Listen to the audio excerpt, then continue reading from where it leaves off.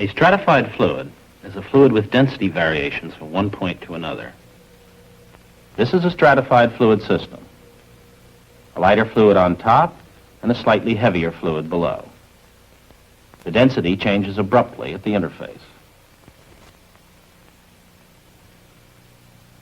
The curve of density against height looks like this. This kind of stratification occurs, for instance, where warm water lies above cold water, or fresh water above salt water. An abrupt density change also occurs at the interface between air and water. Both air and water are fluids, and together they may be thought of as a stratified fluid system. Often, however, the density doesn't change abruptly, but instead varies continuously. The ocean and the atmosphere are usually continuously stratified. These density variations profoundly affect the motion of the water and air. Airflow over mountains is one example, as we see in these time-lapse photographs of cloud motions.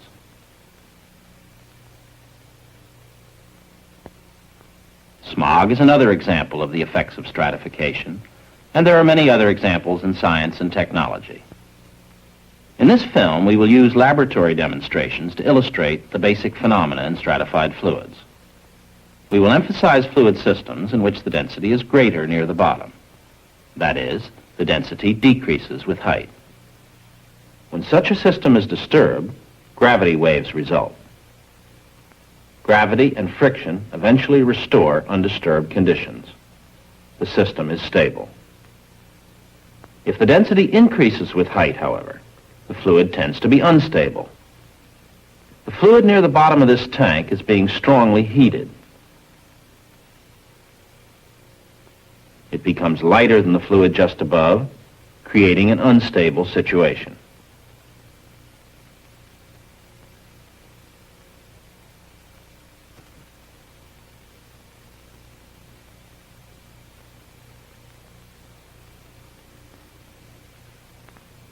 But let's get back to the behavior of fluids that are stably stratified in the vertical. We will concentrate on flows over obstacles. These reveal most of the fundamental phenomena that occur in stratified fluids. Moreover, such flows frequently occur in nature. We will begin with the simplest example, the flow of water over a barrier in a channel.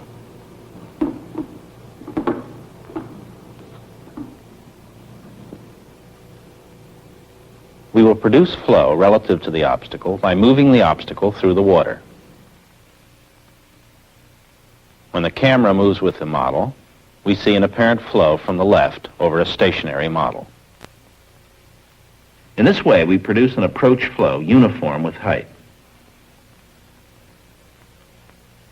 Phenomena in water flows depend on the dimensions of the obstacle relative to the depth and on the approach Froude number.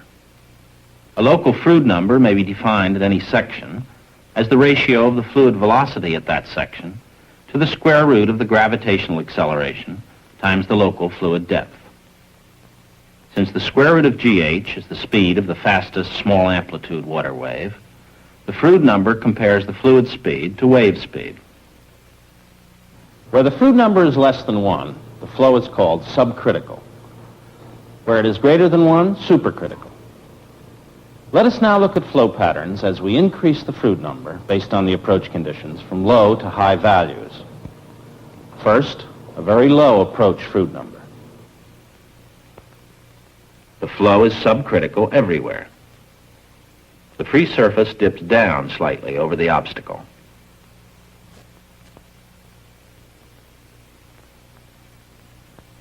Next, we increase the approach Froude number to a higher subcritical value. The obstacle is at rest. As it starts, notice a blocking effect, which causes a rise in the upstream level.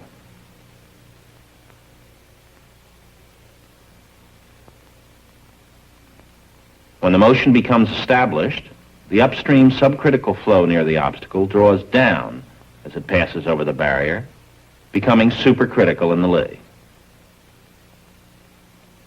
This supercritical flow in the lee changes abruptly to subcritical flow downstream as the fluid passes through a hydraulic jump.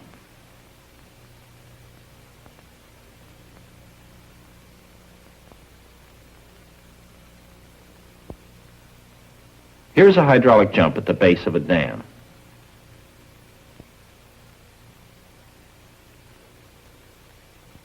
Next, an approach fluid number somewhat greater than 1. Now we get an upstream hydraulic jump.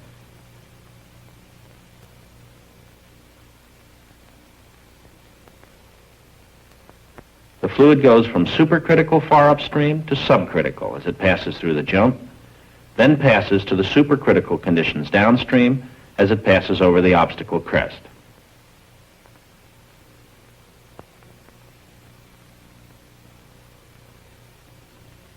Finally, an approach fluid number much greater than 1.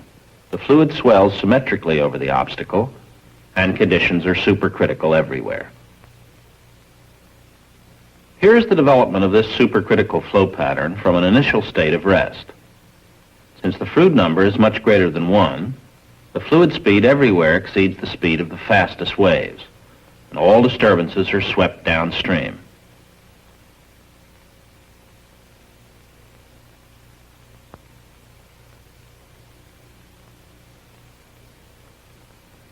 Let's look again at these flow patterns as the approach fluid number is increased from low to high values. A slight dip down over the obstacle. Hydraulic jump in the lee.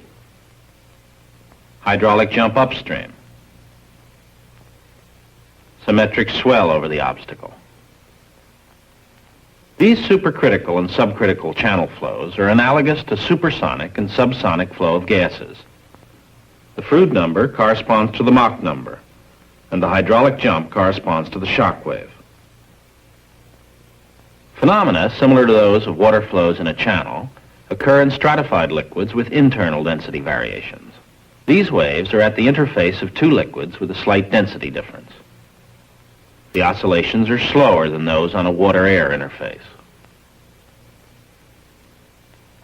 The frequency sigma of the waves is proportional to the square root of the restoring force in both cases. The restoring force for water waves is the gravitational force G. But for internal waves, the restoring force is G multiplied by the small number delta rho over rho bar, where delta rho is the density difference between the liquids, and rho bar is the average density. The quantity delta rho over rho bar G is sometimes called modified gravity. Of course, even in the water wave case, the G in the formula for the wave frequency should be multiplied by delta rho over rho bar. But here, delta rho over rho bar is very close to 1. With respect to the flow of two fluids over obstacles, the important fluid number is now the internal fluid number of the approach flow, in which G is replaced by modified gravity. A critical value of this number, as in water flows, corresponds to a fluid speed equal to the speed of long waves. But the critical value is no longer 1, since the wave speed also depends on the ratio of the depth of the lower fluid to the total depth. For two fluids, the flow patterns are determined by the internal fluid number, the ratio of the depths, and by the height and length of the obstacle relative to the depth. Now we will vary these parameters and see how the flow patterns change.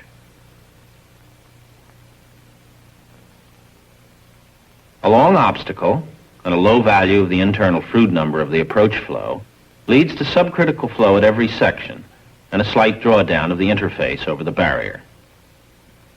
This long, gently shaped barrier minimizes vertical accelerations of the fluid, and the pressure remains nearly hydrostatic. That is, the pressure is related directly to the depth.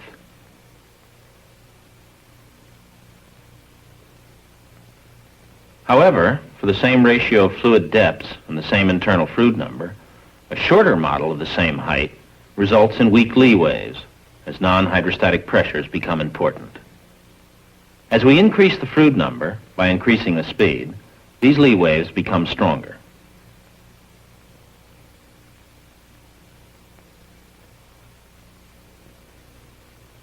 At a still higher fluid number, the waves show signs of breaking, as in the undular hydraulic jump on a water surface.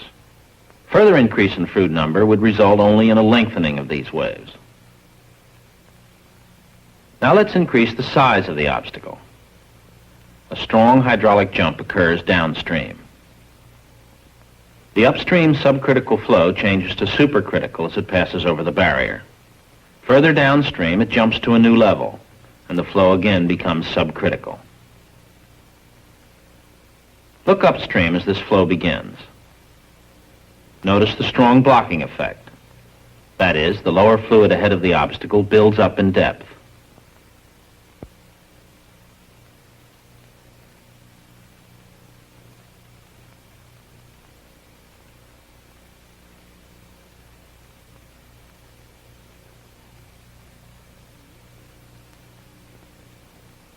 As in water, if the approach fluid number is high enough, the flow is supercritical everywhere. So far, phenomena at the interface have resembled those we saw on a water surface. This is because we have had a deep upper fluid in all cases. Let's remove some of the upper fluid. The lower fluid is now deeper than the upper. Downstream of the obstacle, the depth of the lower fluid abruptly decreases in what might be called a hydraulic drop.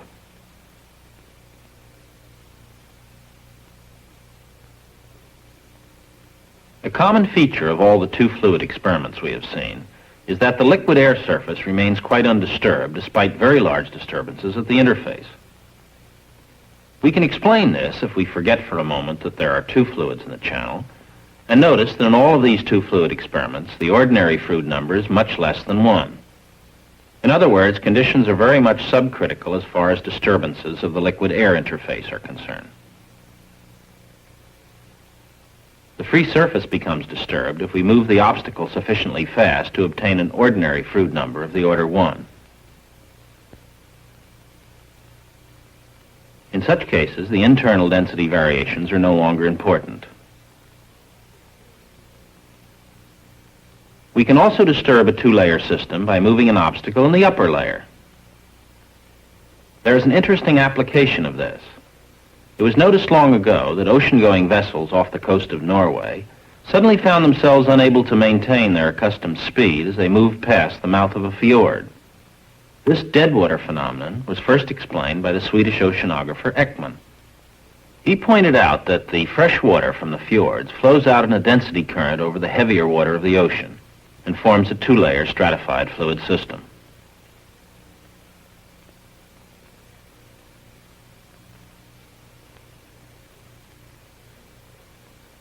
At certain speeds, a vessel can create large disturbances at the fluid interface.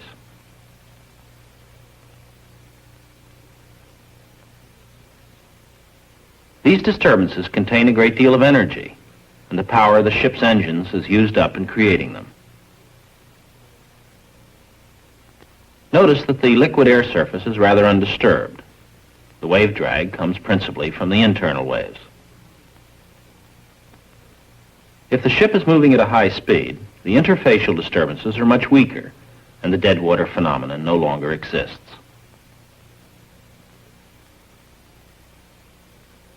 A basic feature of two-fluid systems is that the fundamental mode of oscillation is a simple sine wave at the interface. A three-layer system, however, has two distinct modes. Here's one, and the other. Indeed, one mode is added for each layer. Carried to the limit, an infinite number of infinitely thin layers has an infinity of modes. This is equivalent to a fluid system in which the density varies continuously with height, as in the atmosphere and oceans. Before we see experimental examples, let's consider the parameters which govern the flow of a continuously stratified fluid over an obstacle. Again, the most important non-dimensional number is the internal fluid number. Here, delta rho over rho bar is the fractional density difference from the top to the bottom of the channel. The flow patterns are influenced not only by the internal fluid number, but also by the relative dimensions of the obstacle. Now we will look at some experiments in which we vary the internal fluid number and the obstacle height. Our experimental fluid is a saline solution in which the salt concentration, and therefore the density, decreases continuously with height. The tracer particles are neutrally buoyant polystyrene beads. the uneven distribution of beads does not reflect the density distribution. The density distribution depends only on the salt concentration and is more or less linear with height.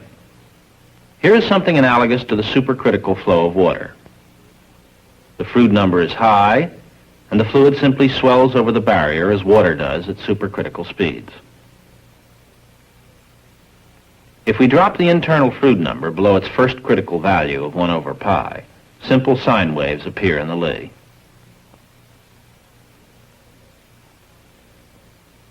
These internal waves are not possible in a homogeneous fluid. To see how they can arise in a stratified fluid, let's look at the vorticity equation for a frictionless, non-homogeneous fluid. Omega is the vector vorticity, v is the velocity, and p is the pressure. d omega dt is the rate of increase of vorticity of a moving parcel of fluid. The last term shows that the vorticity can be generated through the interaction of the pressure and density fields. This equation can be solved under certain circumstances to yield flow patterns corresponding to the experiments we have just seen. Here's the pattern for the first of these. We can make use of this pattern to show the relationship between the generation of vorticity and the wave motion. The density varies from point to point in the fluid, but because the motion is steady, the density is constant along a given streamline. The density gradient is everywhere normal to the streamlines. Despite the motion, the pressure field is practically undisturbed, so that the constant pressure surfaces are nearly hard. As the fluid descends in the lee of the obstacle, this gives a vorticity generation, or fluid rotation, in this sense. This rotation permits the descending fluid to turn upward toward its original level. On the way up, vorticity of the opposite sense is generated. The fluid can now turn back into the next phase of the wave.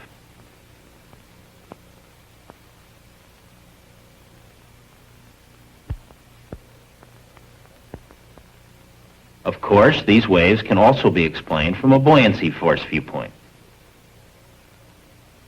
The descending fluid particle finds itself in a heavier environment and is forced back up as it moves along. It overshoots, then descends again, and so on. When the barrier is small, the waves have small amplitudes, as we have seen. If we increase the height of the barrier, keeping the internal Froude number the same, the amplitude of the waves gets much larger. We are speeding up the action photographically in this and some later experiments to bring out certain features of the flow more clearly.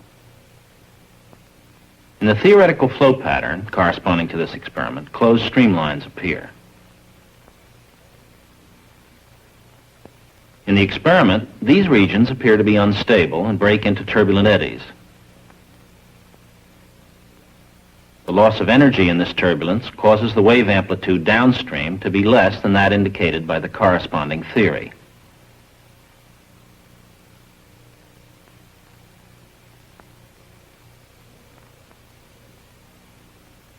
In this experiment, we raised the height of the model, but kept the Froude number the same. A decrease of Froude number reduces the length scale of the fluid motion, and in addition, the wave structure is no longer a simple sine wave.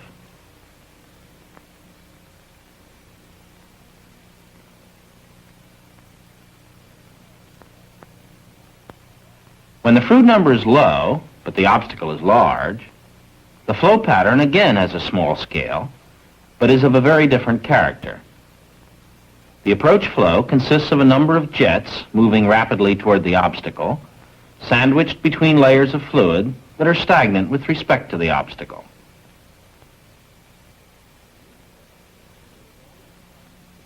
In these flows, there is always a stagnation layer extending from the bottom of the channel to the level of the crest. At low Froude numbers, the fluid doesn't have enough kinetic energy to move up over the obstacle from this region. This illustrates the tendency of a slowly moving parcel of stratified fluid to maintain its original level.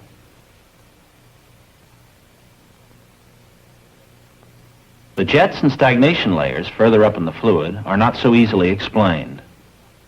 To see how a jet develops, we'll watch the establishment of a flow with a single jet at a higher internal Froude number. Watch the region above the obstacle near the top surface. The fluid stagnates there. Then the stagnation region begins to spread upstream, ultimately forming a layer of fluid at rest with respect to the barrier.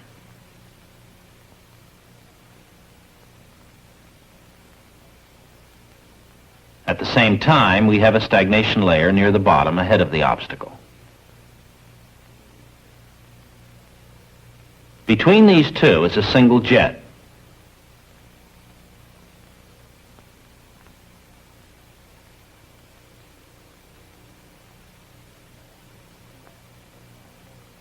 As we start the model from rest, notice how the lower stagnation develops.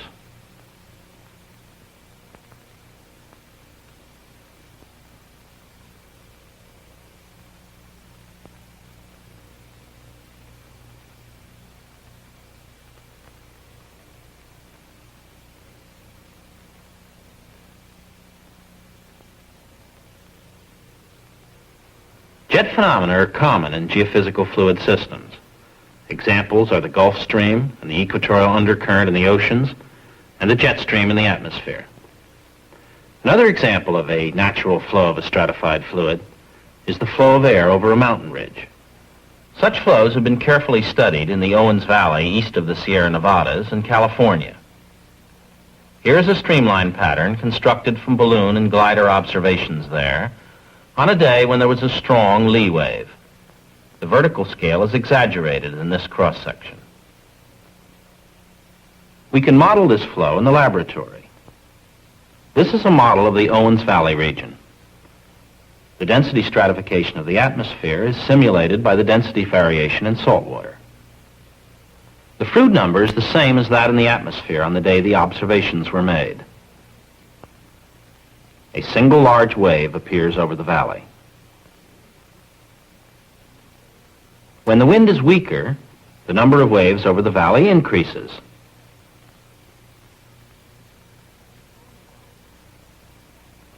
When the flow in the model is adjusted downward to give a corresponding Froude number, the same three waves appear in the experiment.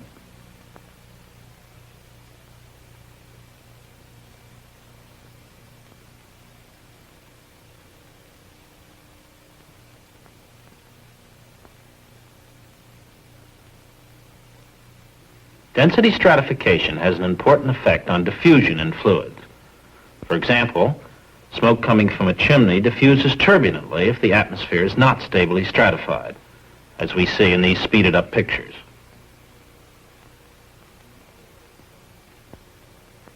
When the lower air is stable, as in the morning or the early evening, the smoke comes out and flattens into a long, thin layer.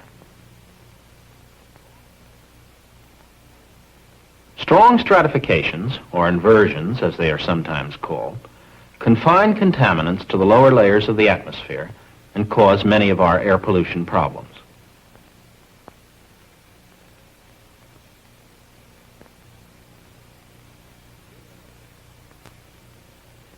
Here's another example of the effect of stratification on diffusion. The salt water in this tank has a gradual density decrease with height. The effluent is a bit lighter than the water at the level of the pipe and rises and spreads out at an intermediate level.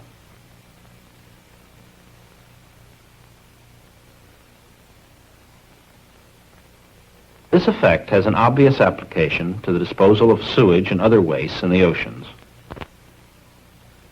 In summary, we have shown that stratification gives rise to forces that generate internal waves, inhibit turbulent diffusion,